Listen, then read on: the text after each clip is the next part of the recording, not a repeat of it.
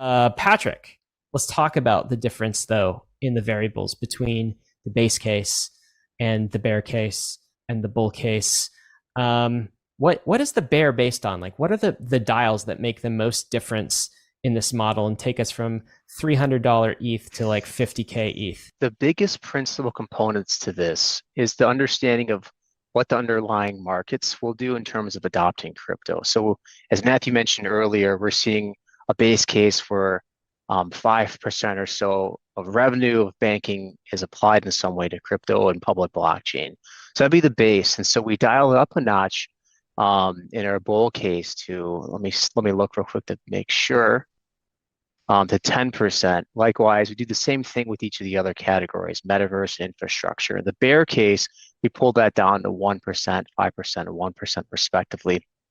And the idea behind that is that we see regulatory climate or adoption curve failing in each of those.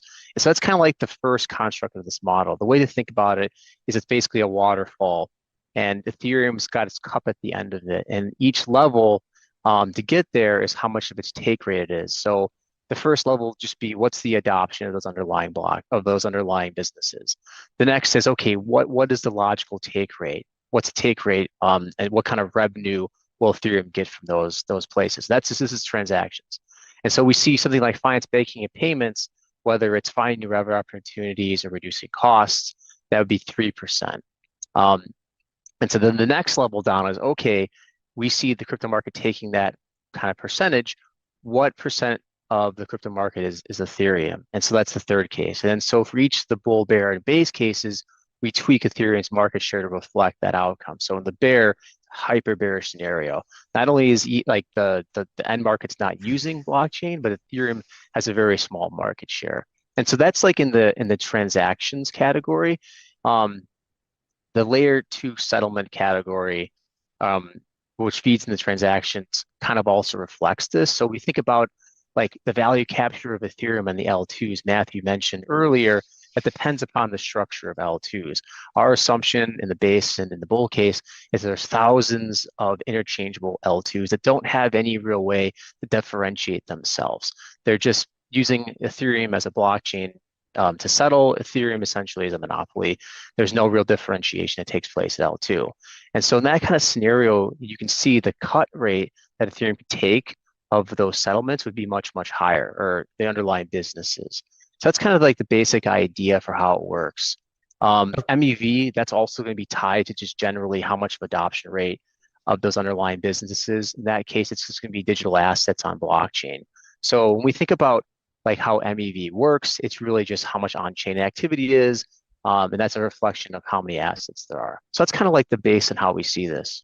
Okay, When we do one of these models, in our base case, like we think there are a lot of winner-take-all characteristics to digital platforms, right? We've seen that in Web 2, that the dominant platform tends to take 70+% market share, and the top 1% of creators on that platform often take 90% of the economics. And we think that our base case is that is going to be even more true in Web3. And so when we model one of these tokens, in our base case, we assume that Ethereum will take 70% market share of all open source blockchains. And when we do our models on Solana, like that, our base case is that Solana takes 70%. On Atom, that Atom takes 70%. And then we see what type of upside we get when we put in those assumptions. And we look at owning each of these tokens as basically we're owning a bunch of call options that each protocol will become the dominant protocol, even though it's impossible that they all could do so. And then we manage our position size based on what type of upside we see. Does that make sense? It does, and it's really smart. So just to make sure I'm unpacking this, so we've got kind of like three layers to this analysis at a high level for Ethereum, but you could broaden this to any blockchain that sells blocks, which is all of them, if you ignore monetary premium, right? And you just focus on kind of the revenue generation side of it. And you've got like, okay, how successful is crypto in worldwide adoption in like solving actual real use cases as a percentage of the total addressable market in the metaverse and payments and all that we're doing with finance? How much does crypto kind of eat the banking world, if you will? So that's your first level of analysis, and you have to put some assumptions on that. And then your second level is, okay, how much of the market will Ethereum actually dominate, right? So we've got chains that sell blocks, smart contract blockchains. Maybe Ethereum, you said in your base case is like 70%. Is that what I'm looking at? The terminal market share, 70%. Yep. In the bear case, it's 15%. In the bull case, it's 90%.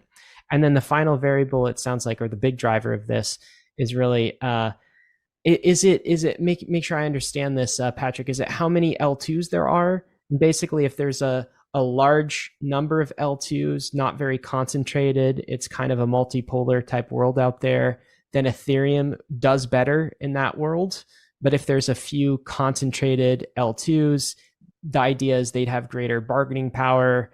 Maybe Ethereum is not able to charge kind of the block space fees that it would hope to in selling its product. And so that kind of world would be a bit more bearish for Ethereum. Is that the third spot on the waterfall here? Yeah, the third spot is actually like what percent of those underlying revenues that Ethereum accrues in some way. So we said before that banking would be like roughly 3% of that revenue base that is settled on public blockchain. And then the fourth layer would be the breakdown split between L2s and Ethereum. Ethereum is an ecosystem. It's an execution-centric roadmap for the L2s. For Ethereum itself, it's becoming more a settlement layer. So the idea is that, okay, like that next construct is, okay, like the transactions will happen on the L2s have to pay fees. How does that breakdown occur? What does it look like logically? And as you cited, that just reflects like what the dynamic of the political economy, for lack of a better term, is between the L2s and L1s. If it's similar to like, an empire with lots of satraps. The satraps are the L2s. If like the satrap becomes really, really big, maybe they push around the boss and say, hey, like we're gonna not pay as much tribute. Like that's kind of how we see it.